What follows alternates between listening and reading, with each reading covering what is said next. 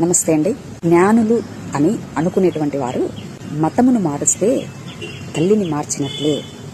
కనుక ఎవరు ఏ మతములో ఉన్నారో అదే మతమును చచ్చే వరకు అనుసరించండి అని రాజ్యాంగ విరుద్ధమైనటువంటి మాటలను మాట్లాడుతూ ఉండగా, మానవుడు మాధవుడిగా రూపాంతరపరచబడుటకే ఈ జన్మను తీసుకుని వచ్చాడు అనేటువంటి శాస్త్రయుక్తమైనటువంటి మాటను కూడా గ్రహించలేక, మానవుడి అంతరంగములో కలిగేటువంటి ఇట్టి రూపాంతర క్రియలో మార్పు అనేది సహజమైనటువంటి స్థితి అనేది గ్రహించలేక, మానవుడు జన్మతః తాను కలిగి ఉన్నటువంటి ద్వంద్వ ప్రవృత్తికి కలిగినటువంటి స్థితి నుండి అద్వైత స్థితికి ఎదిగేటువంటి క్రమములో తమోగుణం నుంచి రజోగుణమునకు, రజోగుణము నుంచి సత్వగుణమునకు, సత్వగుణము నుంచి తురీయావస్థకు చేరేటువంటి అనేక మార్పులలో మానవుడు తాను అనేకం వదులుకోవలసి వస్తుంది.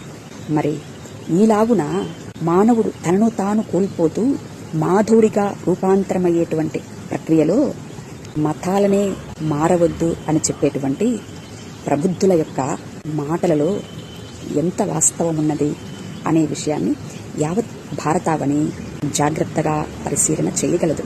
కనుక భక్తి అనేది మానవుడికి వ్యక్తిగతముగా తనకు కలిగినటువంటి పరిస్థితులలో అంతరంగమందు జరిగేటువంటి రూపాంతర ప్రక్రియ అయి ఉండగా, ఒకరిని ఒకరు దూషించకుండా ఎవడి భక్తిలో వాడు ఆయా స్థితి నుంచి రూపాంతరపరచబడడానికి కావలసినటువంటి సత్యాన్వేషణను చేయగలరు అని మనవి. Thank you. నమస్తే.